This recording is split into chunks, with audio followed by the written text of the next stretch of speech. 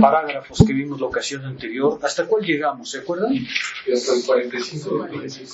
Hasta el 45. Entonces, 46. En esta efectiva autoconciencia, la sustancia se sabe a sí misma y es por tanto objeto del saber.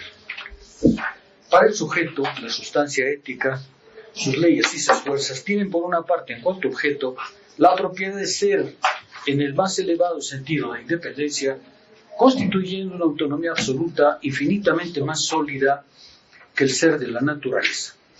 Eso es interesante porque él dice, cuando decimos que hay un orden natural, que hay un orden de la naturaleza, ¿se acuerdan que decía, hay quien afirma que hay un orden en la naturaleza, pero que en cambio la sociedad civil está entregada al azar, ¿no? Al accidente, al tropiezo?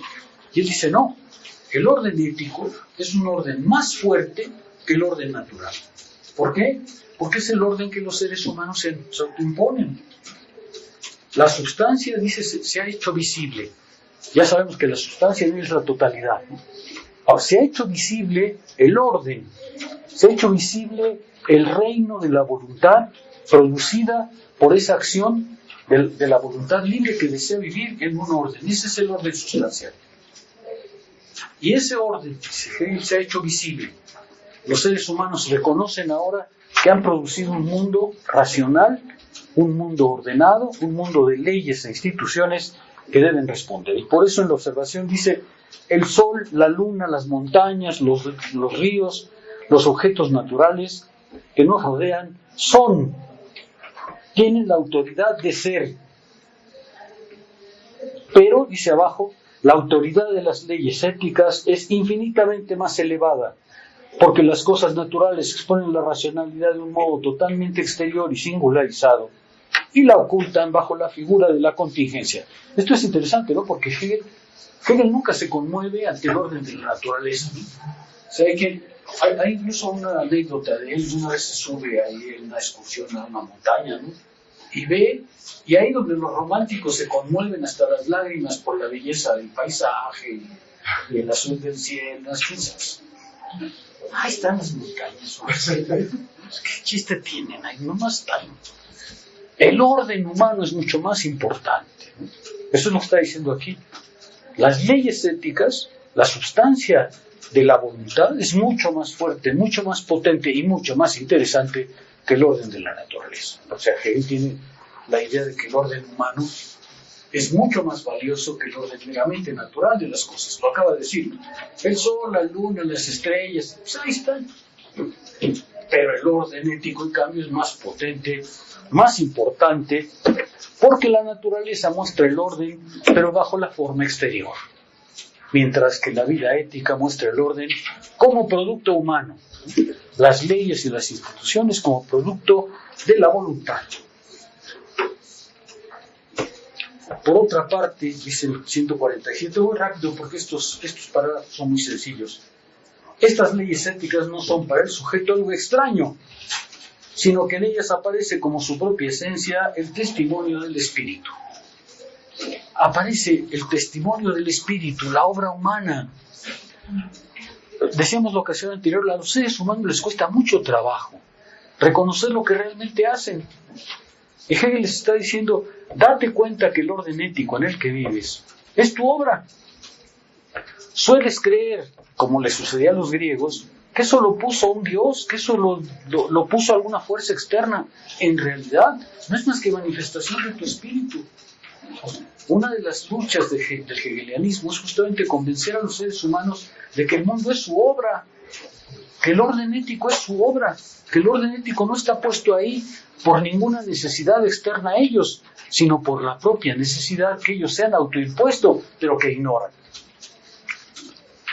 Sería cuestión de comprender por qué los seres humanos se alienan de lo que han producido. Pero efectivamente, ¿se acuerdan un poco lo que dice Spinoza? Quizá Spinoza nos sirve un poco. ¿Se acuerdan lo que él dice? En realidad nosotros hemos producido a los dioses, pero resulta que nos alienamos de los dioses y ahora los dioses nos dominan a nosotros. Son nuestra obra, pero estamos de cabeza.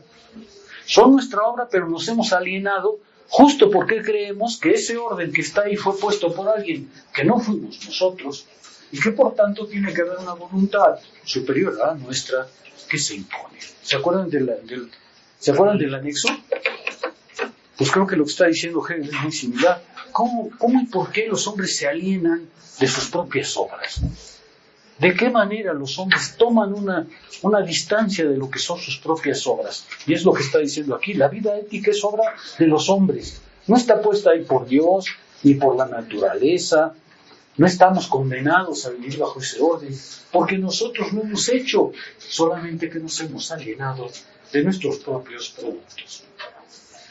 Ahí tiene su orgullo. Fíjese, Hegel cree que la conciencia ha alcanzado ya ese reconocimiento y dice, ahí tiene su orgullo y vive en su elemento, que no se diferencia de sí mismo.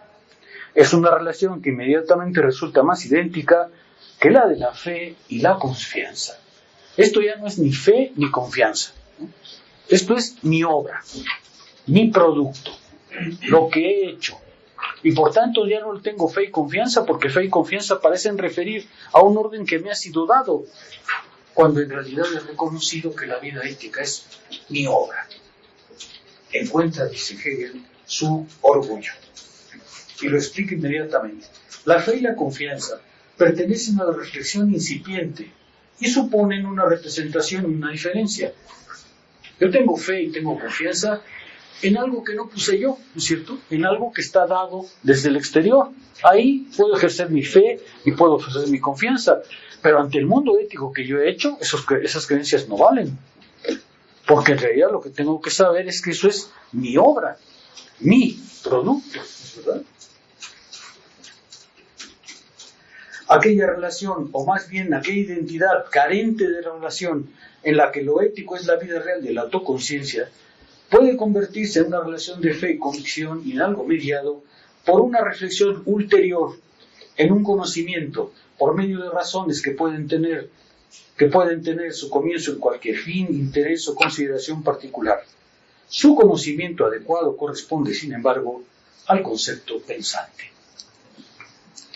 Comprender nuestras obras requiere del concepto pensante, del concepto que reflexiona sobre sus propias obras, que vuelve sobre sí su reflexión para darse cuenta de lo que ha efectivamente hecho, el medio en el que vive.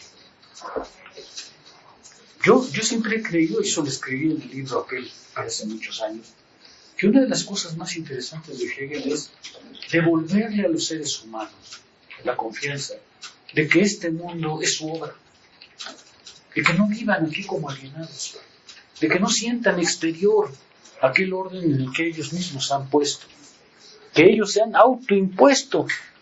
Ese efecto de simple desalienación me parecería ya un logro político de la mayor relevancia, ¿no es verdad?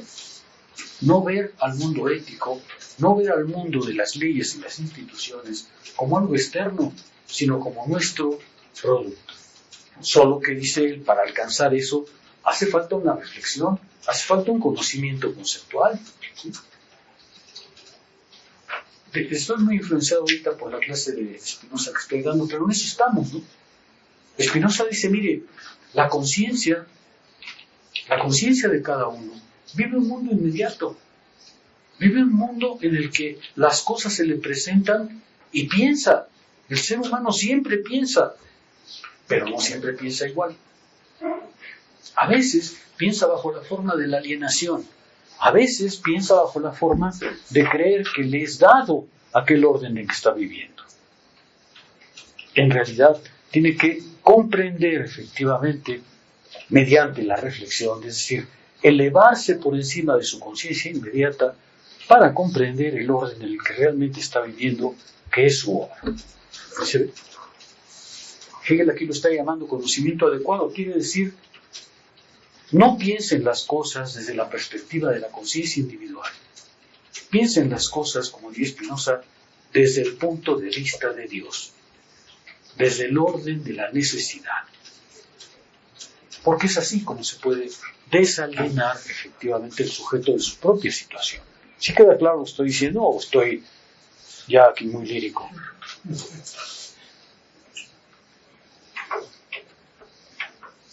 Déjenme darle una vuelta por otro lado.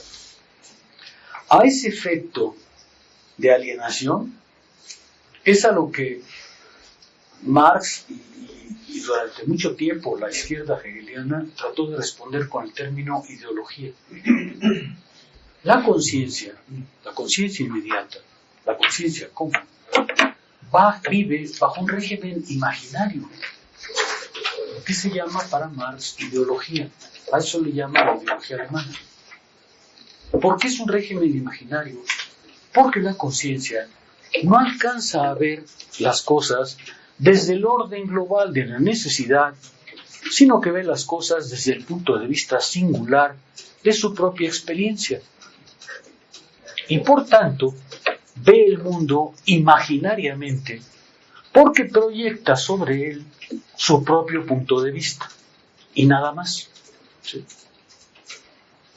En la clase de Spinoza yo uso el ejemplo del microbusero. Si yo le pregunto al microbusero, oye microbusero, ¿cómo es la vida? ¿Qué me va a responder? A ver microbusero, ¿cómo es la vida? ¿Qué crees que me va a responder? ¿Cómo es la vida? Es una lucha constante entre atascones y carreras. Te baja del microbús. Siempre cito, yo me subí hace años a un microbús que decía, súbase, Cállese. agárrese y cállese. ¿Ya lo han visto? Sí, es un sticker común. Es un sticker común. Así ve la vida el microbusero. Si yo le pregunto al microbusero, ¿cómo es la vida? Me va a decir, pues mire, hay que levantarse muy temprano, hay que agarrar el pulguero que yo manejo, y entonces empezar a dar vueltas y vueltas y vueltas y vueltas a toda velocidad. Entre más rápido, mejor. Y sí, sé que transporto seres humanos, pero el cartoncito me dice cómo los conceptúo, ¿no? Es decir, súbase, agárrese y cállese. Así ve la vida el microbusero. ¿Es falso? No, es verdad. Así vive la vida el microbusero. Pues, ¿qué le vamos a hacer, no? Hay que ahorrar una lana para llevarse a la familia a Acapulco de vez en cuando. Hay que comprarse la camiseta para jugar fútbol el domingo. Hay que tener lana para acabarle al árbitro, porque pues si no, no hay manera, ¿no? Es que vamos a Luego de repente se sube una a la changuita aquí junto al, ¿no? Y le pones a la palanca una cabecita de payaso. una bola 8. Así ve la vida el microbusero. Y dice Spinoza, y está bien, pues así es como la vive. ¿Cómo quiere que piense? Pues es microbusero, esa es la perspectiva que tiene, ¿no? ¿Así es el mundo? No, así es el mundo como lo ve la conciencia del microbusero. Y Spinoza es muy interesante porque dice, y no debemos tomar esto como una carencia o como una falsedad. Es efectivamente la vida como se ve desde un microbús. Para que ese microbusero cambie el punto de vista del mundo, ¿qué tiene que hacer? Tomar sus clases. Venir a mis clases de capital. Porque entonces comprenderá cómo están constituidas las sociedades modernas. ¿Por qué le toca el papel que le toca? ¿Por qué ve las cosas desde la perspectiva que la ve? ¿Me explico? Ese es el trabajo que Hegel está diciendo aquí. Si tú quieres cambiar tu concepción del mundo, lo que necesitas en primer lugar es desalienarte de tu propia perspectiva, adoptar una perspectiva desde la totalidad, desde la necesidad, para comprender el orden global en el que estás metido y que produce tu propia conciencia individual. A nadie podemos convencer, y por ejemplo Hegel en la fenomenología es muy claro, a nadie podemos convencer de la filosofía si no partimos del hecho de que tiene una conciencia común, y esa es la que hay que transformar. Si la filosofía partiera solamente de abstracciones, dice Hegel, entonces nunca vamos a convencer a nadie. Necesitamos convencer a alguien a partir de su propia experiencia, explicándole su propia experiencia, haciéndole ver de qué manera vive él el mundo debido a un movimiento global. Esa es la convicción filosófica, ¿sí?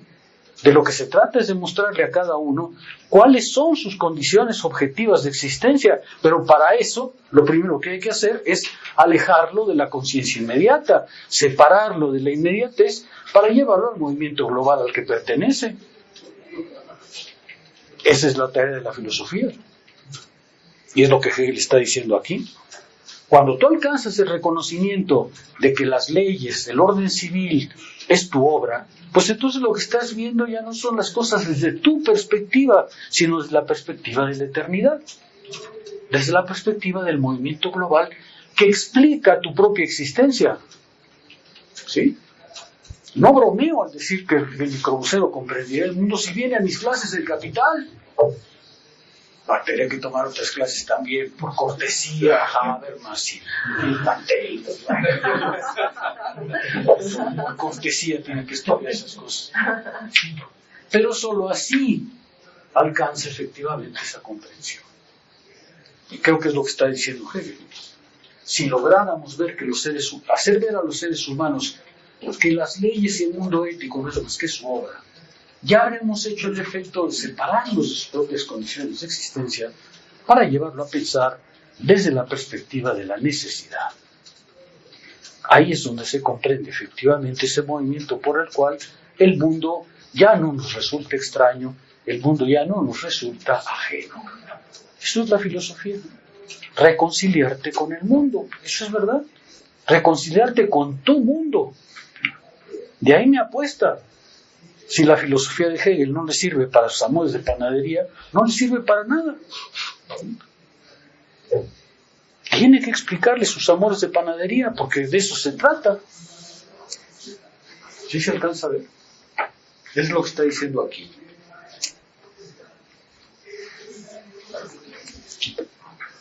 Para el individuo, estoy en el párrafo 148. Para el individuo que se diferencia de ellas como lo subjetivo y en sí mismo indeterminado, o particularmente determinado, y está por tanto en relación con ellas como algo sustancial, esas determinaciones en cuanto sustanciales son deberes que ligan su voluntad. Claro, como el individuo adopta inevitablemente el punto de vista subjetivo, pues el orden ético se le parece necesariamente como un deber, como algo externo, como algo que se le impone. Pero aquí Hegel va a empezar a pelear con el concepto de deber y decir, no debemos comprender el deber a lo Kant, porque el deber a lo Kant es simplemente una ley que nos es puesta desde fuera. Aquí el concepto de deber tiene que tomar otra determinación, porque de lo que se trata es de ver que vivir bajo ese orden no es algo que se nos impone, sino es algo que nos constituye, es algo que nos libera, ¿es verdad? Por eso la observación inmediatamente se va a pelear con Kant. La doctrina ética del deber, tal como es objetivamente, no debe ser reducida al vacío principio de la subjetividad moral, en la cual no se determina en realidad nada. ¿Sí? Obviamente aquí está el pleito con Kant, ¿no? La simple idea de deber en el plano formal no determina nada. En cambio, cuando hablamos de deber en relación con el orden civil, con el orden sustancial que hemos creado, el deber cobra un sentido distinto, porque no es una imposición, sino una autoelección. Dice Hegel, criticando a Kant todavía, sino que está contenido en el desarrollo sistemático del ámbito de la necesidad ética que se expone en esta tercera parte. Ya entramos a la eticidad, esa es la tercera parte. La diferencia entre la exposición y la forma de una doctrina del deber radica en que aquí las determinaciones éticas se obtienen como relaciones necesarias, por lo que no es preciso agregar en cada caso, es por tanto un deber para el hombre. Deja de ser un deber para ser un modo de ser. Eso es lo que él está diciendo. Cuando llegas a la eticidad, ya no tienes la opción de, como un fariseo, colocarte ante el mundo y decir, ¿obedeceré o no obedeceré? Hegel dice, esa pregunta no tiene sentido. Para que seas tienes que estar en ese orden ético. No son leyes que se te vengan a imponer y frente a las cuales puedas colocarte como un rebelde para decir, ¿obedeceré o no? No, pues el problema es que frente a ellas, para que seas, tienes que estar inmerso en ese horizonte espiritual. Para que seas.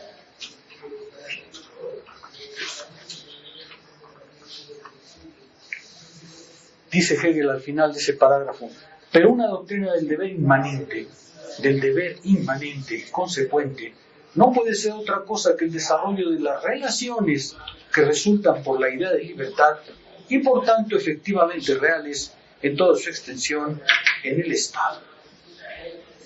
Una doctrina del deber inmanente no ve las leyes como un horizonte frente al cual puedas ponerte en el plan de obedeceré o no, sino que son aquello que te constituye como sujeto en tu propia acción.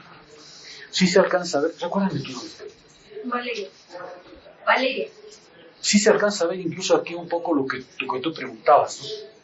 Hegel está diciendo, ante el orden ético, ante el orden jurídico, legal, político, tú no eres un rebelde que puede colocarse frente a él para decir, aceptaré o no.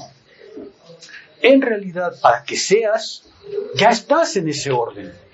Claro que lo puedes modificar, pero para modificarlo lo primero es que estés en ese orden, ¿cierto? Que seas constituida por ese orden. Eso es lo que te constituye como sujeto jurídico, como sujeto moral y ahora como sujeto político.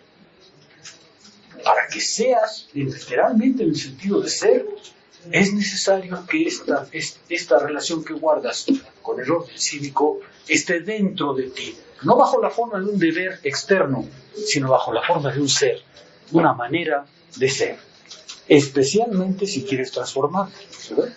Especialmente si quieres modificarlo. El deber que obliga, o sea, el deber formal, solo puede aparecer como una limitación frente a la subjetividad indeterminada. El deber formal aparece como una limitación, es decir, aparece como una mera negación de mí, pero ese es solo en su forma, en su característica formal. El deber, como parte de la constitución del individuo, es algo intrínseco a él y por tanto no aparece como una limitación, sino al contrario, dice Hegel, como una liberación. Dice, el individuo viene por el contrario en el deber su liberación.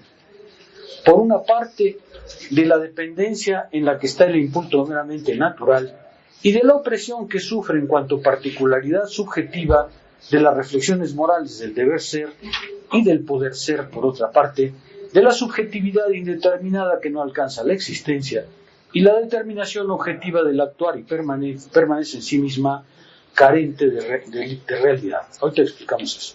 En el deber, el individuo se libera y alcanza la libertad sustancial. Claro, cuando esto lo lee Habermas, pues me parece que él es un autoritario, un totalitario. Pero lo que está diciendo Hegel es distinto. Está diciendo, para que te liberes de esa necia subjetividad, del yo quiero, para que te liberes de la naturalidad de tus impulsos, es necesario que te automodeles, que te autoconstituyas, que sepas vivir en el orden ético en el que estás metido. Y eso no es una limitación, sino una liberación. ¿De qué te libera? Como dice Hegel, de la indeterminación de la voluntad que cree que está en este mundo para elegir, para decidir y que no sabe elegir de nada, ¿cierto?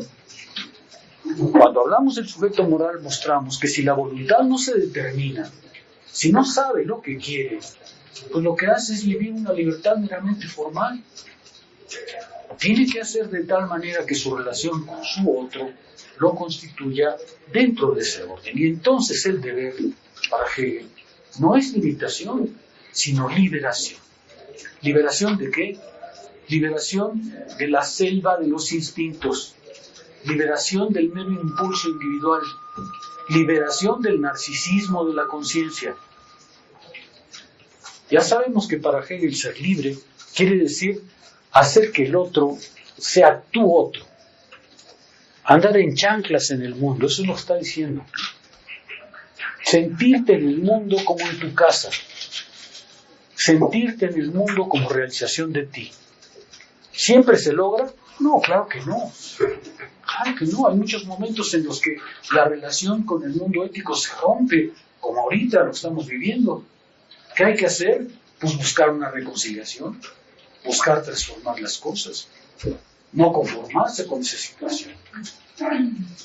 Sí se ve lo que estoy intentando decir. Claro, estas páginas pueden sonar a totalitarismo, ¿no es cierto? Porque parecen decirle al individuo, sujétate al orden cívico en el que estás, obedece las leyes de tu estado y serás feliz. No, Hegel no dice eso. Hegel dice, incluso si quieres romper con este orden, necesitas comprender de qué manera estás en él. Eso es liberarse. ¿Liberarse de qué? Del necio narcisismo. Cuando nosotros comenzamos a leer la filosofía del derecho, yo les decía, Hegel no cree en ninguna virtud de la naturaleza. Así que cualquiera que le diga a Hegel, pues es que así es mi naturaleza.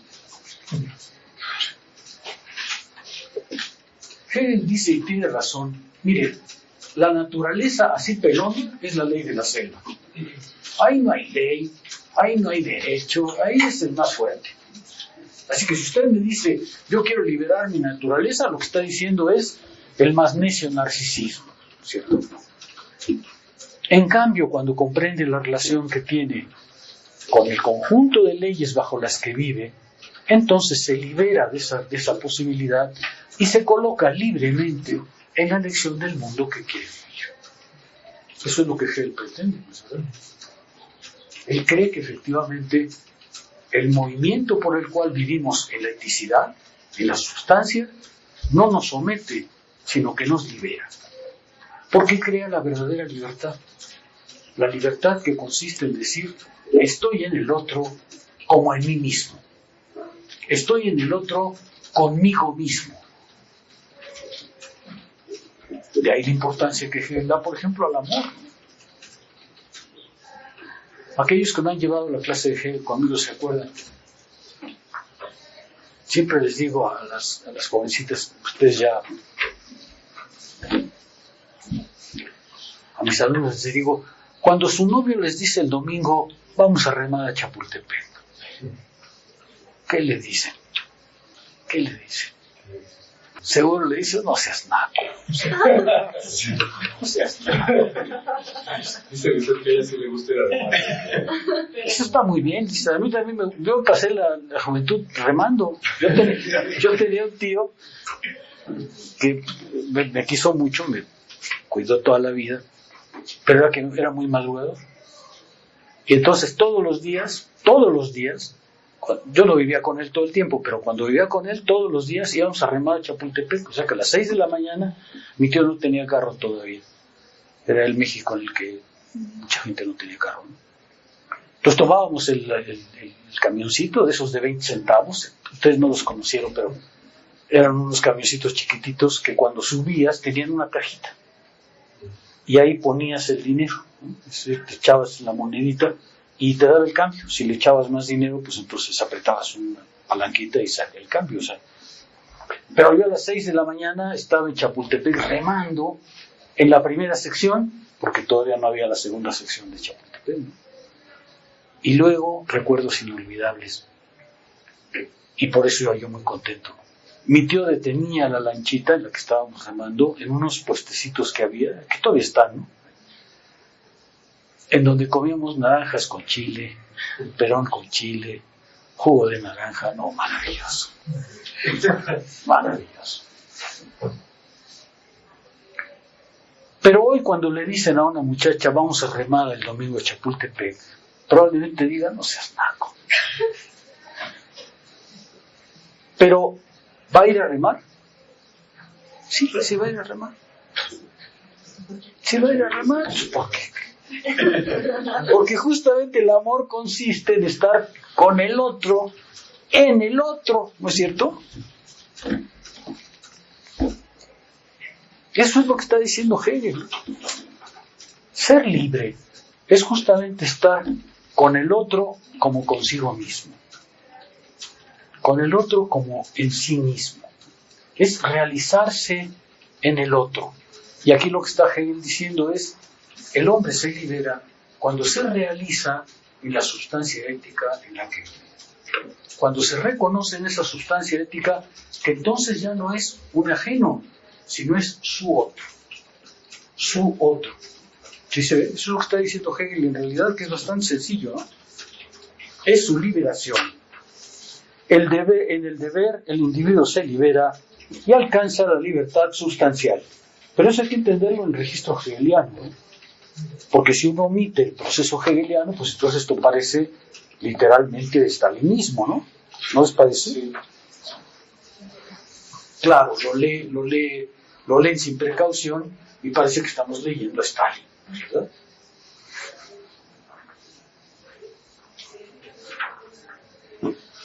Dice el agregado, el deber solo limita el arbitrio de la subjetividad y choca únicamente con el bien abstracto al que se aferra la subjetividad. Cuando los hombres expresan que quieren ser libres, en primer lugar solo quieren decir que quieren ser abstractamente libres, y toda determinación y estructuración en el Estado aparece como una limitación para esa libertad. El deber no es, por tanto, limitación de la libertad, sino únicamente de su abstracción, es decir, de la falta de libertad. Por el contrario, al alcanzar la esencia, la conquista de la libertad se afirma. Si se ve, es bastante sencillo, ¿no? Lo que está diciendo Hegel, no tiene mucha gracia, simplemente estar en el orden ético en el que vives, pues es simplemente ser el que eres, ¿no? Alcanzar la identidad de lo que eres. Y esa es la libertad. La libertad no es soledad, sino la libertad en el otro, la libertad con su otro. Hegel, los siguientes parágrafos los vamos a leer muy rápidamente porque habla de la virtud, de la honradez, y dice, en realidad, esas son formas en las cuales el individuo se reconoce en la sustancia. Lo ético, en tanto se refleja en el carácter individual determinado como tal por su naturaleza, es la virtud. En la medida en que no muestra más que la adecuación del individuo a los deberes a los que pertenece, es la honradez. Simplemente, cuando vives bajo la sustancia ética, pues es fácil ser virtuoso, es saber qué es lo que hay que hacer. Eso para Hegel es quizá algo interesante. Hegel dice, mire, hay doctrinas éticas que nos dicen qué difícil es ser bueno. Y dice Hegel, mentira, pues es bien fácil. Simplemente haz lo que tienes que hacer. Claro, los que quieren la ética como un acto heroico, pues entonces dicen que es difícil de ser bueno. Seguramente tienen un interior malísimo, ¿no? Porque les cuesta mucho trabajo ser buenos. Los que tenemos un interior angelical no tenemos ese problema. Siempre sabemos qué hacer. ¿Sí? El Chapo no sabe qué hacer. El cártel de Tepito no sabe qué hacer. Pero los que vivimos en el bien sí sabemos qué hacer. Y no es tan difícil, ¿no es cierto? Hegel dice, no hay ningún misterio en ser bueno. Pues si comprendes lo que es el bien, es fácil adoptarlo. Solamente cuando no comprendes lo que es el bien y crees que el bien es tu bien, pues entonces ya no sabes qué hacer, ¿no es verdad? Cuando tú crees que el bien se confunde con tu bienestar, pues entonces ya no sabes qué hacer, porque tu bienestar puede chocar necesariamente con el orden en el que vives. Pero si en cambio vives el orden sabiendo lo que es el bien, no es difícil elegir. No se necesita ser un héroe. Claro que los kantianos así se sienten muy chichos, ¿no? Como tienen un interior malo, pues entonces hay que obedecer al deber porque eso los hace heroicos. No, nosotros vivimos más ligeramente. ¿Sí? Nos hemos formado un interior en el bien. No hay tantos problemas. ¿Sí me explico? Solo los que tienen un interior torcido creen que la ética es un problema de héroes. No es de héroes. Es saber qué es el bien y vivirlo. Sí, que en esta parte parece que está ocupando el concepto de virtud en el sentido aristotélico, ¿no? Sí, es decir, que no hay una acción que nos convierta en virtuoso, ¿no? No pensemos que Si un día a las 3 de la mañana corremos, etcétera, eso nos convierte en individuos buenos, ¿no? Sino que tiene que ser una permanente actividad con respecto a la ley, ¿no? Me parece que esta actividad consciente hacia la ley es la que termina por dar unidad tanto al derecho como a la moralidad, ¿no? Entonces, en este trabajo de unidad, entiendo que eso es lo que Hegel dice, esa es la idea, ¿no? Esa es la idea para Hegel, no un fin abstracto, sino una actividad perpetua que unifica el derecho y la voluntad moral. Eso que dices es muy interesante porque Hegel, por ejemplo, y luego Foucault lo va a tomar muy bien, dice, mire, los kantianos viven una vida ética fragmentada, ¿no es cierto? Ante cada problema tienen que ir al imperativo categórico.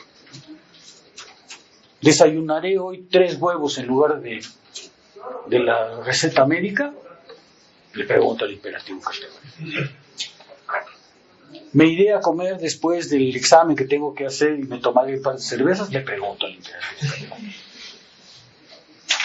Él dice, no, mire, el bien no es, la vida moral no es una serie de actos puntuales ante los cuales hay que actuar, decidir.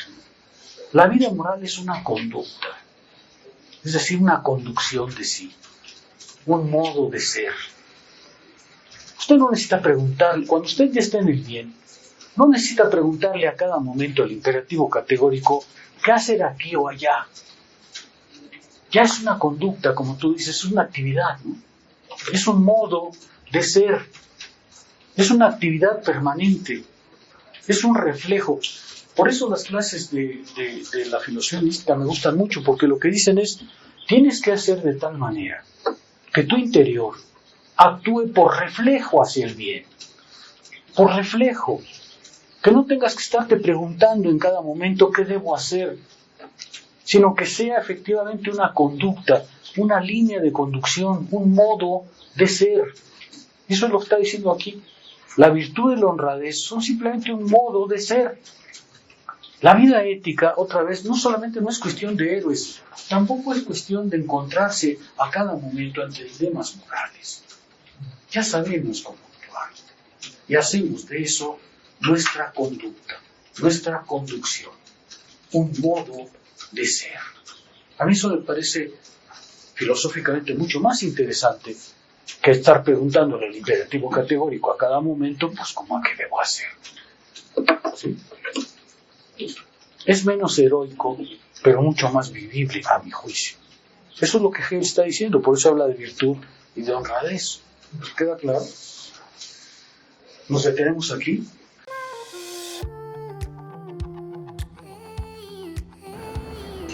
Escape to the genuine Mayan culture at Tulum, Mexico.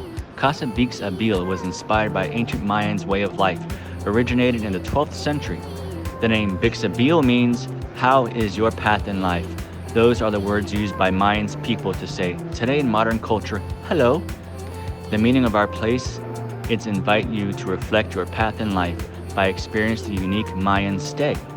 Live in a Bix Abil community, feel at home. Our place offers you the opportunity to connect to other people by Mayans experience. Perfect to families and friends for travel. Kids welcome and friends groups until 6 persons by room.